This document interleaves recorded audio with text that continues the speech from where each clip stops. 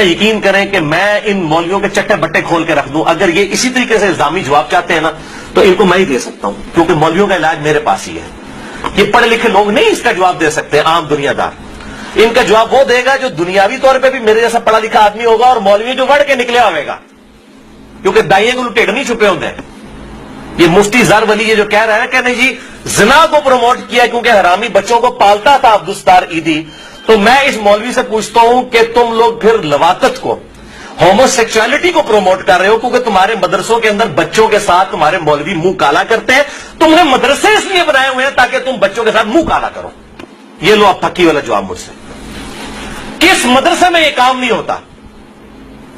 ایک مدرسے کو کلین چٹ دیں گے, اس سے اسکول ہزاروں درجے بہتر ہیں, کیونکہ اسکولوں کے اندر ہاسٹل نہیں ہوتے ہیں, ان میں یہاں یہ بچوں کے ساتھ ٹیچرز یہ کام نہیں کر سکتے. لیکن مولویوں کے پاس رات کے وقت بھی بچے اویلیبل ہوتے ہیں, دن کے وقت بھی پردے میں بھی اویلیبل ہوتے ہیں.